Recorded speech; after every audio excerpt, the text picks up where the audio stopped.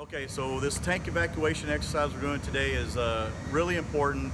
I've been in this career field for over 31 years, and we have had an accident in the past, and it's really great training for the guys to know their roles and responsibilities in case an emergency were to arise.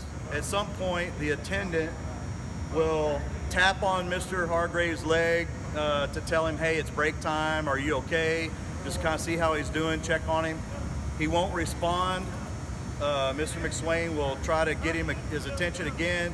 He won't respond. At that moment, Mr. McSwain will notify Mr. Ozuna that we have a downed entrant in a tank, and then Mr. Ozuna will notify Mock, who in turn calls the fire department and emergency services, and then he'll return to the aircraft, and the two individuals will then rescue the entrant from the tank. I've been out here with this exercise a couple times, and this one we went a little bit further because we invited so many people.